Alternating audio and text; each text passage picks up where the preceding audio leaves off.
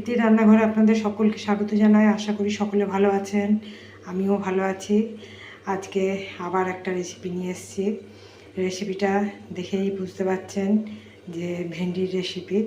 আজকে ভেন্ডি সিদ্ধ করব না, ভেন্ডির রসাও করব না, আজকে ভেন্ডির ঝাল করব, ঝাল চচ্চড়ি।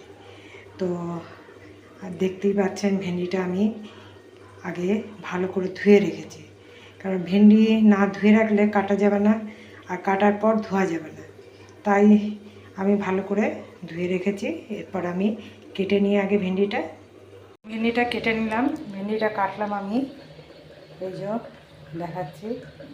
একটা ভেন্ডি, ছোটো ভেন্ডি 2 টুকরো করে মাঝখান থেকে 4 ভাগ করে নিলাম।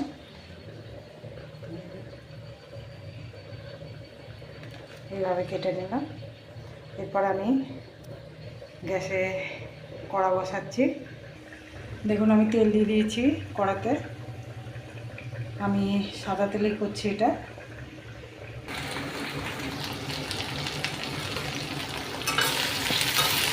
আর ভেন্ডিটা বেশ কিছুক্ষণ ভাজবো।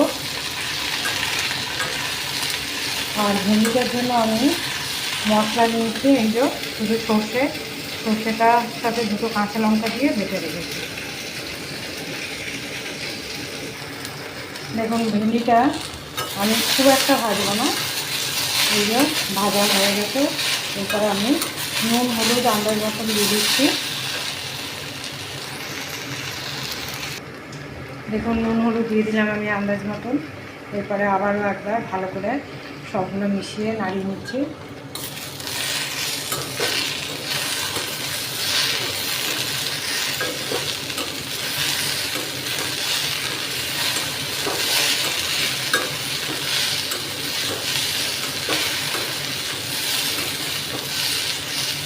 এরপরে আমি সর্ষে বাটাটা দিয়ে দিচ্ছি।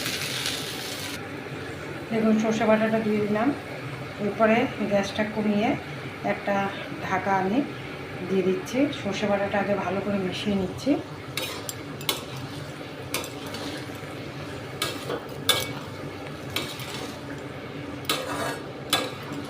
একদম ভাজা ভাজার মতন করবো, মানে গরম ভাত দিয়ে খেতে সত্যি খুব ভালো লাগে।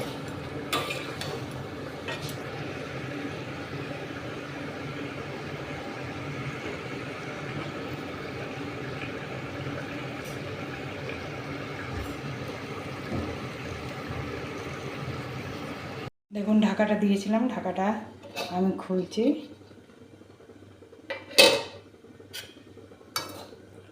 আর দেখুন বললাম একদম ঝরঝরে করব। আশা করি ভালো লাগলো। যদি ভালো লাগে তাহলে অবশ্যই একটা লাইক করবেন, শেয়ার করবেন, সাবস্ক্রাইব করতে অবশ্যই ভুলবেন না।